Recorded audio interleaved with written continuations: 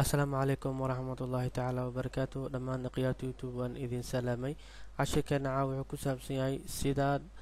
u isticmaaleed winzip pro 15.4.5 kaas oo full version ku noqonayo sababtoo ah winzip qof kasta isticmaalo laakiin mararka qaarkood wuxuu ku siinaa 40 maalmood qaar wuxuu ku siinaa si 40 maalmood ka badan dadka ma siiyo 40 maalmood kadib computerkaaga u isticmaalo wuxuu ku leeyahay code numberka soo geli marka saan full version ugu dhigayna la rabaa marka aan ku shubno double click ku sii fur kadib markuu sidaan kugu soo baxo setupka ku shub double click ku sii kadib sidaan ay kugu soo baxaya setup ku dhufso set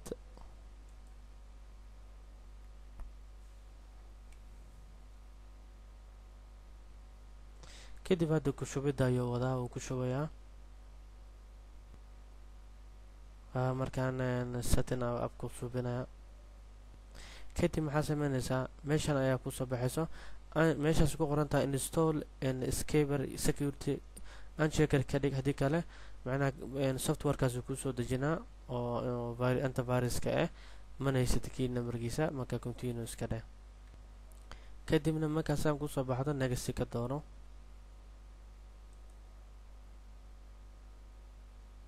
kadibna accept dheh kadibna next dheh kadib next dheh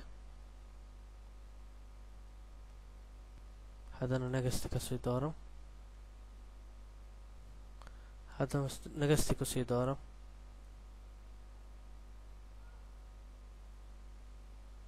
marka labadan ikhtiyaar kusoo saaray oo ah yes I wanted to help me improve winzip macnaha winzipka hay caawiyo marka waxyaabo dhan u garaysanayso waxyaabo kusoo qoraa macnaha qoraal kusoo dhigaa sidaan ka wanaagsan dhihin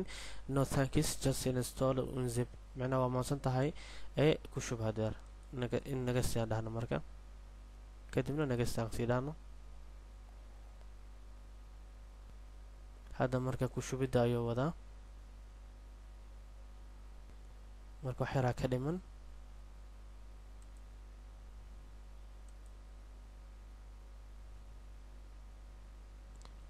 hadda marka wax yaraa ka dhiman marka wuxuu yidhi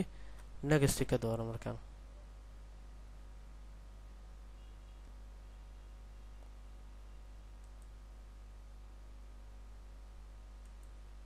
marka haddana next ku dhufo mar labaad marka wuu dhameeyey markaas meeshaas meeshaas unshaker ka dhig kadibna finish dheh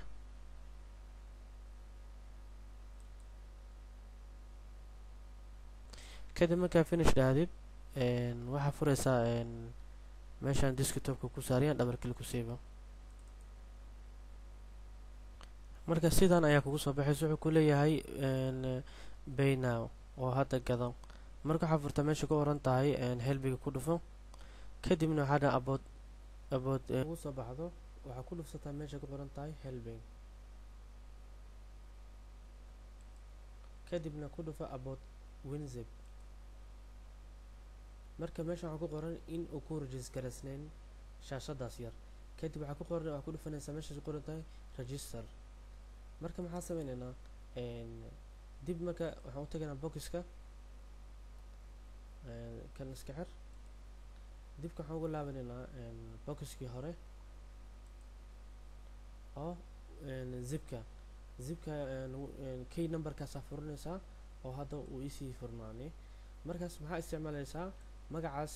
magaca arintida ku qoraysaa kaba soo qaado kale walaal kadibna an suga xira kor usoo qaada kadibna waxaa leedahay unlock kadib markaa dhahda key numberkaasa qaadanaysaa namekana waxaa u isticmaalaysaa walaal iyo waa magacaada aada u suubsatay oo ku gooniya markaan check it out fiirso marka okay sorry karaan geliyay meesha markaa maxaa laga rabaa inaan geliyo walaal secondna control v aan dhaho kadib okay dheh marka muxuu kusoo qaray kadib macnaha wuxuu si loo gareeyo okay dheh marka wuxuu ku yidhi ma ogashahay mataqaanaa in aad dooratid sida lagugu save gareeyo kadib okay dheh marka aan fiirina meeshaan walaal registering code waa kana sida numberkii marka khayra idin rajeyna bismillahi kariim. السلام عليكم ورحمة الله تعالى وبركاته.